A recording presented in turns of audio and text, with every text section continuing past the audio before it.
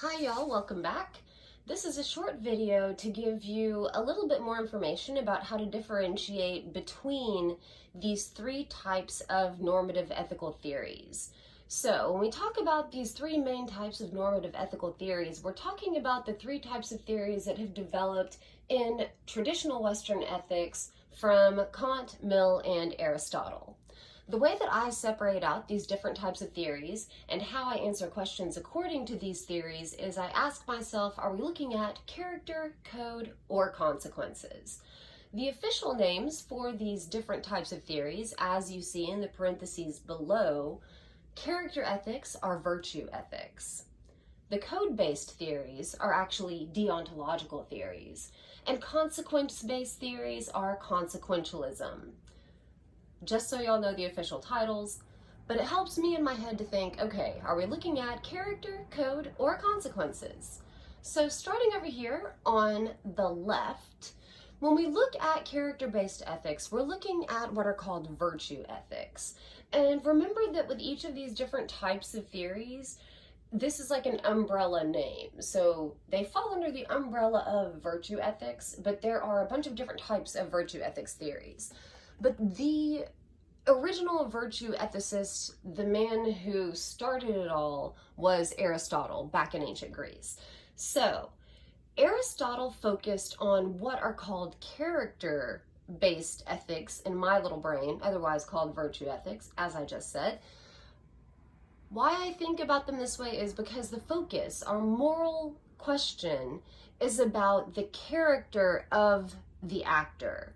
So instead of asking ourselves what is the right action to take and focusing on that conduct, we're actually focusing on the character of the person. So with Aristotle's virtue ethics, the question is, what would a virtuous person do in this situation?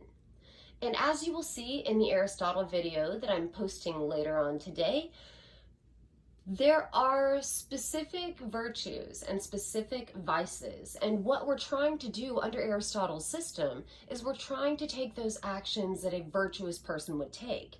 And what are those actions? Well, we have to look at the specific situation. It depends on the situation for virtue ethics. The rule that Aristotle came up with that we will apply in those situations is called the golden mean. And what this is, it means that the correct action to take in any situation is this golden mean or midpoint between two excessive actions.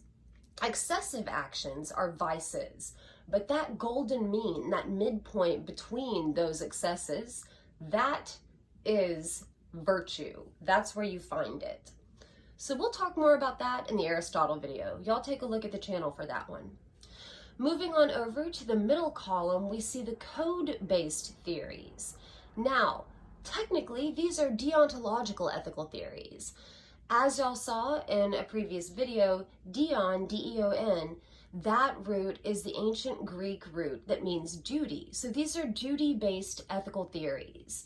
With these, we're focusing on the rules of the ethical system, and we're focusing on what conduct it is that will arise from that. So what is the correct action to take under those deontological theories? Now, as I said with Aristotle and virtue ethics, deontology is the umbrella term. There are a bunch of different types of theories that fall under there, and as you see on the board, Immanuel Kant was the one who started all the secular deontological theories. But we will talk about John Rawls, who is a more modern deontologist. So Kant is the one who started secular, which is non-religious based deontological theories. And Kant's idea is that you should do whatever it is that's your rational duty.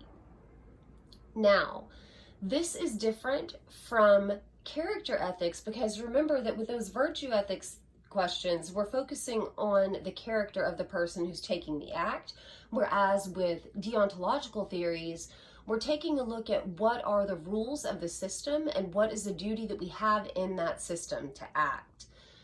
Kant's main rule, the way that he would help us to determine what is the right thing to do in a situation, is called the Categorical Imperative.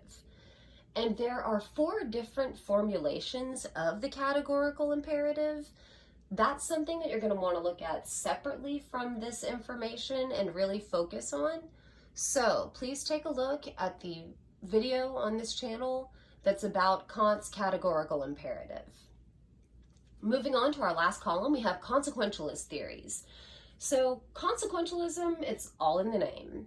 We're looking at the results of our actions. Now, the 2 consequentialist philosophers who are the most famous are Jeremy Bentham and John Stuart Mill. We're going to focus on Mill's version of utilitarianism in this class. With consequentialist theories, we're looking at the results or the consequences of our actions. So what is the correct act to take in a situation? It's that act that will produce the best results. Now, we can't just think this is going to produce the best results. We have to think about the positive and negative results of our actions. So one mistake that people tend to make when it comes to consequentialist theories is they think that utilitarianism, for instance, is easy to understand and apply. But it's not that simple. And that's something that we will get into if y'all take a look at the video on this channel about applying Mill's principle of utility and some of the problems with utilitarianism. So Mill's main rule for us to determine what is the correct action to take in a specific situation is called the principle of utility. And as I said, y'all take a look at that other video so that you can see specific application of that rule. Okay. I just wanted to take this opportunity to give you a little overview of the ways that these different approaches to ethics,